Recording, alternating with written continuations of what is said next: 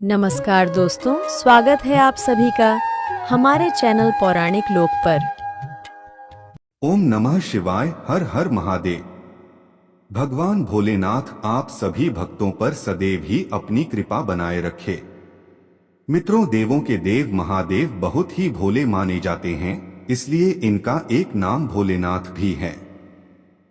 वैसे तो भगवान भोलेनाथ अपने भक्तों की क्षणिक मात्र की भक्ति से ही प्रसन्न हो जाते हैं और इसलिए उन्हें प्रसन्न करने के लिए किसी भी तरह के विशेष पूजन की आवश्यकता नहीं होती। परंतु कई भक्त शिव जी की विशेष कृपा पाने के लिए सोमवार का व्रत और पूजन करते हैं। मित्रों, सोमवार के व्रत को लेकर मान्यता है कि इस व्रत को करने से भगवान शिव अपनी भक्तों की सभी मनोकामना बहुत जल्दी ही पूरी करते हैं।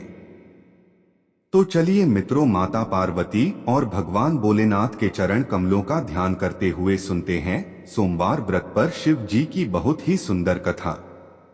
पहली कथा इस प्रकार से है। एक समय की बात है, इस भूमंडल पर एक अत्यंत प्रसिद्ध राजा चंद्रहास द्वारा पालित कांतिका नाम की एक नगरी थी। वहां पर धनेश्वर नाम का एक साहूकार और उसकी स्त्री रूपवती रहा करते थे। साहूकार का व्यापार दूर दूर तक फैला हुआ था और नगर के सभी लोग उस व्यापारी का बहुत ही सम्मान किया करते थे। साहूकार तथा उसकी पत्नी दोनों ही उस नगरी में सभी से बड़े प्रेम और आदर के साथ व्यवहार करते थे। उनके घर में धन धान्य आदि की कोई कमी नहीं थी। लेकिन उनको एक बड़ा दुख था कि उनकी कोई संतान नहीं थी और इस कष्ट से वे दोनों अत्यंत दुखी रहते थे। एक दिन एक बड़ा तपस्वी योगी उस नगरी में आया। वह योगी उस ब्राह्मण के घर को छोड़कर अन्य सब घरों से भिक्षा लाकर भोजन किया करता था, लेकिन रूपवती से वह भिक्षा नहीं लिया करता था। एक समय वह किसी अन्य घर से भिक्षा लेकर गंगा किनारे जाकर भिक्षान्न को प्रेम पूर्वक खा रहा था। तभी धनेश्वर ने योगी को देखा और अपनी भिक्षा के अनादर से दुखी होकर योगी से बोला, महात्मन, आप सब घरों से भिक्षा लेते हैं परंतु मेरे घर की भिक्षा कभी भी नहीं लेते, इसका कारण क्या है? योगी ने कहा कि निसंतान के घर की भीख पतितों के अन्न के तुल्य होती है और जो पतितों का अन्न खाता है वह भी पतित हो जाता है। चूंकि तुम निसंतान हो, अतः पतित हो जाने के भय से मैं तुम्हारे घर की भिक्षा नहीं लेता हूँ। धनेश्वर यह बात सुनकर अपने मन में बहुत दुखी हुआ और हाथ जोड़कर योगी के पैरों पर गिर पड़ा तथा दुखी भाव से कहने लगा, हे महाराज, यदि ऐसा है तो आप मुझको पुत्र प्राप्ति का उपाय बताइए। आप सर्वज्ञ हैं, मुझ पर अवश्य ही यह कृपा कीजिए। धन की मेरे घर में कोई कमी नहीं, परंतु मैं पुत्र न होने के कारण अत्यंत दुखी हूँ। आप मेरे इस दुख का हरण करें, आप सामर्थ्यवान हैं। यह सुनकर योगी कहने लगे, हे ब्राह्मण, तुम चंडी देवी की आराधना करो, ऐसा करने से तुम्हें पुत्र रत्न की प्राप्ति होगी। साहूकार ने घर आकर अपनी स्त्री से सब वृत्तांत कहा और स्वयं तप के निमित्त वन में चला गया। वन में जाकर उसने चंडी देवी की उपासना की और घोर उपवास किया। चंडी देवी ने 16वें दिन उसको स्वप्न में दर्शन दिया और कहा, हे धनेश्वर, मैं तेरी भक्ति भाव से अत्यंत प्रसन्न हूँ। तुझे शीघ्र ही पुत्र रत्न प्राप्त होगा, लेकिन वह 16 वर्ष की आयु में ही मृत्यु को प्राप्त हो जाएगा। परंतु यदि तुम दोनों पति पत्नी 32 पूर्णमासियों का व्रत विधिपूर्वक करोगे तो वह दीर्घायु होगा। जितनी तुम्हारी सामर्थ्य हो उतने आटे के दिए बनाकर शिवजी का पूजन करना और पूर्णमासी का व्रत रखना। प्रातः काल होने पर इस स्थान के समीप ही तुम्हें एक आम का वृक्ष दिखाई देगा। उस पर चढ़कर एक फल तोड़कर शीघ्र अपने घर चले जाना और अपनी स्त्री से सब वृत्तांत कहना। जब वह श्री शंकर जी का ध्यान करके उस फल को खा लेगी, तब भगवान शंकर की कृपा से वह गर्भवती हो जाएगी। जब वह ब्राह्मण प्रातः काल उठा तो उसने उस स्थान के पास ही एक आम का वृक्ष देखा जिस पर एक आम का फल लगा हुआ था। उस ब्राह्मण ने उस आम के वृक्ष पर चढ़कर उस फल को तोड़ने का प्रयत्न किया, परंतु कई बार प्रयत्न करने पर भी वह वृक्ष पर न चढ़ पाया। तब उस ब्राह्मण को बहुत चिंता हुई और वह विघ्न विनाशक श्री गणेश जी की वंदना करने लगा और बोला, हे दयानिधे, अपने भक्तों के विघ्नों का नाश करके उनके मंगल कार्य को करने वाले, दुष्टों का नाश करने वाले, रिद्धि सिद्धि को देने वाले, आप मुझ पर कृपा करके इतना बल दें कि मैं अपने मनोरथ को पूर्ण कर सकूं। इस प्रकार गणेश जी की प्रार्थना करने पर उनकी कृपा से धनेश्वर वृक्ष पर चढ़ गया और उसने एक अति सुंदर आम का फल देखा। उसने विचार किया कि जो वरदान से फल मिला था वह यह है और कोई फल दिखाई नहीं देता। उस धनेश्वर ब्राह्मण ने जल्दी से उस फल को तोड़कर अपनी स्त्री को लाकर दिया और उसकी स्त्री ने अपने पति के कथनानुसार उस फल को खा लिया। इसके पश्चात वह गर्भवती हो गई। देवी जी की असीम कृपा से उसे एक अत्यंत सुंदर पुत्र की प्राप्ति हुई, जिसका नाम उन्होंने देवीदास रखा। माता पिता के हर्ष और शोक के साथ वह बालक शुक्ल पक्ष के चंद्रमा की भांति बढ़ने लगा। भवानी की कृपा से वह बालक बहुत ही सुंदर, सुशील और पढ़ने में बहुत ही निपुण हो गया। चंडी देवी की आज्ञानुसार उसके माता पिता ने 32 पूर्णमासी का व्रत रखना प्रारंभ कर दिया था, जिससे उसका पुत्र दीर्घायु हो जाए। 16वां वर्ष लगते ही देवीदास के माता पिता को बड़ी चिंता हो गई कि कहीं उनके पुत्र की इस वर्ष मृत्यु न हो जाए। इसलिए उन्होंने अपने मन में विचार किया कि यदि यह दुर्घटना उनके सामने हो गई तो वे कैसे सहन कर सकेंगे। उन्होंने देवीदास के मामा को बुलाया और कहा कि हमारी इच्छा है कि देवीदास 1 वर्ष तक काशी में जाकर विद्याध्ययन करे और हम उसको अकेला भी नहीं छोड़ना चाहते, इसलिए साथ में तुम चले जाओ और 1 वर्ष के पश्चात इसको वापस लौटा लाना। सब प्रबंध करके उसके माता पिता ने काशी जाने के लिए देवीदास को एक घोड़े पर बैठाकर उसके मामा को उसके साथ विदा कर दिया। धनेश्वर ने अपनी पत्नी के साथ अपने पुत्र की मंगल कामना तथा दीर्घायु के लिए भगवती दुर्गा की आराधना और पूर्णमासियों का व्रत करना आरंभ कर दिया। इस प्रकार उन्होंने 32 पूर्णमासी का व्रत पूरा किया। कुछ समय पश्चात एक दिन वह दोनों मामा और भांजा मार्ग में रात्रि बिताने के लिए किसी ग्राम में ठहरे हुए थे। उस दिन उस गांव में एक ब्राह्मण की अत्यंत सुंदरी, सुशीला, विदुषी और गुणवती कन्या का विवाह होने वाला था। जिस धर्मशाला के अंदर वर और उसकी बारात ठहरी हुई थी, उसी धर्मशाला में देवीदास और उसके मामा भी ठहरे हुए थे। संयोगवश कन्या को तेल आदि चढ़ाकर मंडप आदि का कृत्य किया जा रहा था, लेकिन लगन के समय वर को धनुर्वात मतलब एक वायुरोग जिसमें शरीर धनुष की तरह झुककर टेढ़ा हो जाता है हो गया। इस कारण वर के पिता ने अपने कुटुंबियों से परामर्श करके निश्चय किया कि यह देवीदास मेरे पुत्र जैसा ही सुंदर है, मैं इसके साथ ही लग्न करा देता हूँ और बाद में विवाह के अन्य कार्य मेरे लड़के के साथ हो जाएंगे। ऐसा सोचकर उन्होंने देवीदास के मामा से जाकर बोला कि तुम थोड़ी देर के लिए अपने भांजे को हमें दे दो, जिससे विवाह के लग्न के सारे कृत्य सुचारू रूप से हो सके। तब उसका मामा कहने लगा कि जो कुछ भी कन्यादान के समय वर को मिले वह सब हमें दे दिया जाए, तो मेरा भांजा इस बारात का दूल्हा बन जाएगा। यह बात वर के पिता ने स्वीकार कर ली और उसने अपने भांजे को वर बनने के लिए भेज दिया और उसके साथ सब विवाह कार्य रात्रि में विधिपूर्वक संपन्न हो गया। तो पत्नी के साथ वह भोजन न कर सका और अपने मन में सोचने लगा कि न जाने यह कैसी स्त्री होगी। वह एकांत में इसी सोच में पड़ गया तथा उसकी आंखों में आंसू आ गए। तब वधू ने पूछा कि क्या बात है, आप इतने उदासीन व दुखी क्यों हो रहे हैं।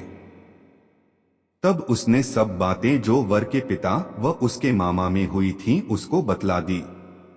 तब कन्या कहने लगी कि यह ब्रह्म विवाह के विपरीत कैसे हो सकता है। देव, ब्राह्मण और अग्नि के सामने मैंने आपको ही अपना पति बनाया है, इसलिए आप ही मेरे पति हैं। मैं आपकी ही पत्नी रहूंगी, किसी अन्य की कदापि नहीं। तब देवीदास ने कहा, ऐसा मत करिए, क्योंकि मेरी आयु बहुत कम है।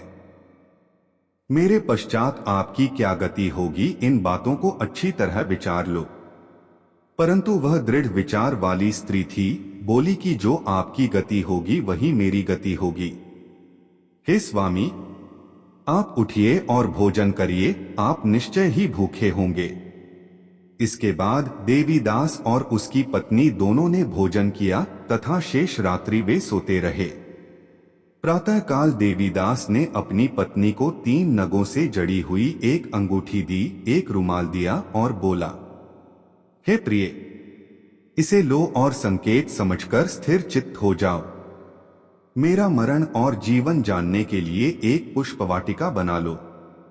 उसमें सुगंधी वाली एक नवमल्लिका लगा लो। उसको प्रतिदिन जल से सींचा करो और आनंद के साथ खेलो कूदो तथा उत्सव मनाओ। जिस समय और जिस दिन मेरा प्राणांत होगा ये फूल सूख जाएंगे और जब ये फिर हरे हो जाएं तो जान लेना कि मैं जीवित हूँ।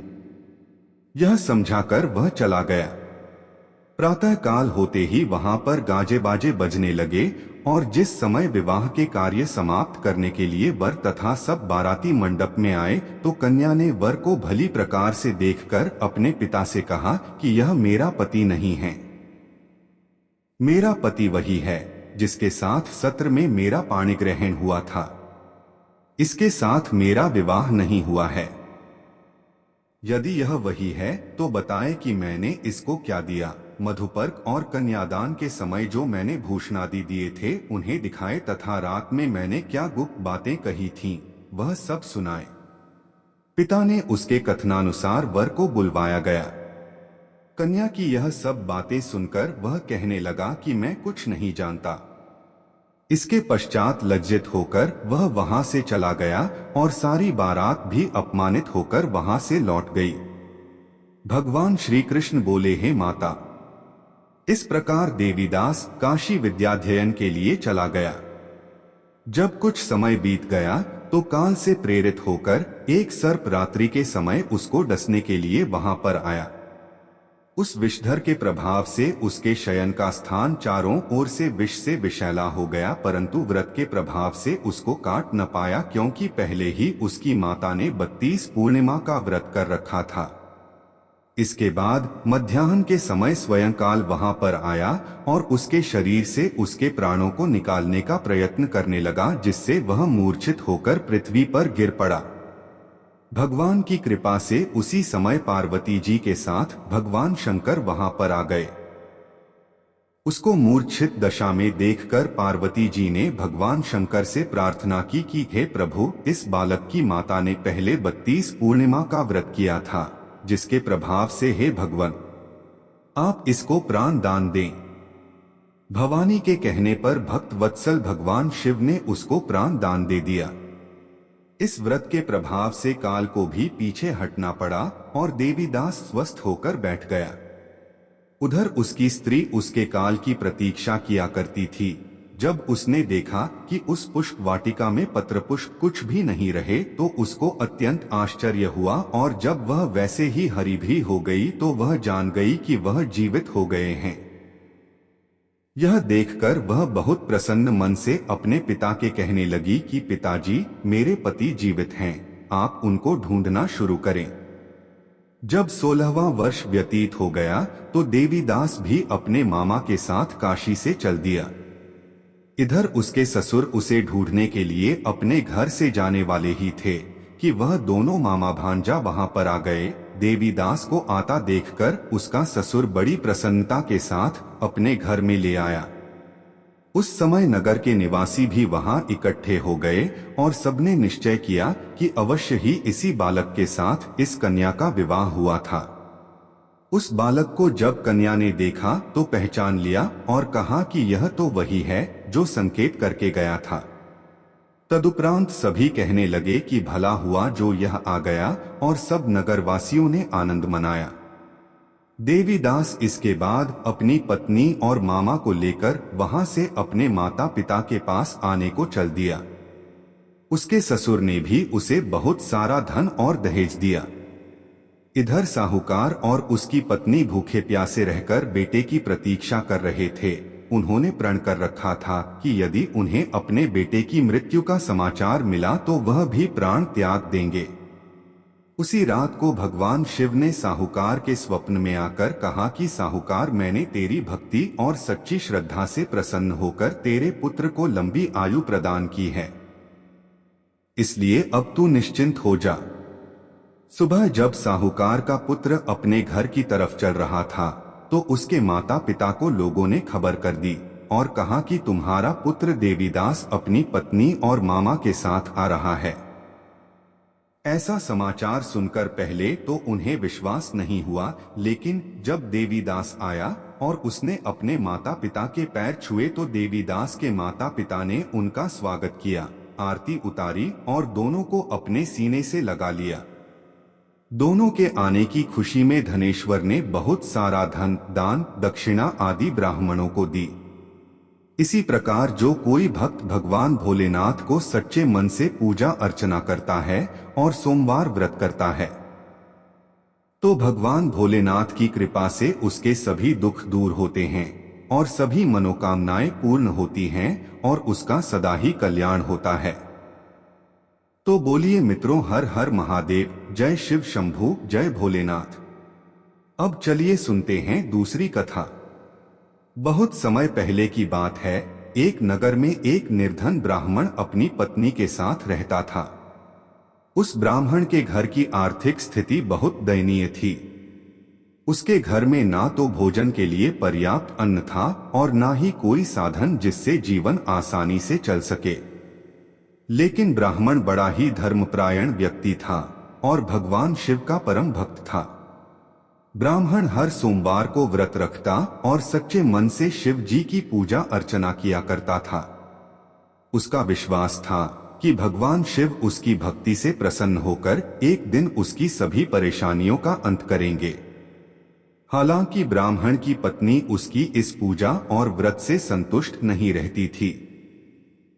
वह अक्सर कहती, सिर्फ पूजा पाठ करने से पेट नहीं भरता, हमें अन्य कम करने चाहिए जिससे हम अधिक धन कमाना सके। लेकिन ब्राह्मण हर बार उसे शांत करते हुए कहता, धन और साधन से अधिक महत्वपूर्ण है शिव जी की कृपा। शिव जी की आराधना से हमारी सभी समस्याएं अवश्य समाप्त होंगी, बस थोड़ा धैर्य रखो। ऐसा कहकर ब्राह्मण अपने पूजा पाठ में लग गया। इसी प्रकार से एक दिन ब्राह्मण रोज की तरह भोजन पकाने और बाजार में बेचने के लिए जंगल में लकड़ियां काटने गया। जब ब्राह्मण लकड़ी काट रहा था तो उसे जंगल में एक बूढ़ा साधु मिला जो बहुत ही तेजस्वी और दिव्य प्रतीत हो रहा था।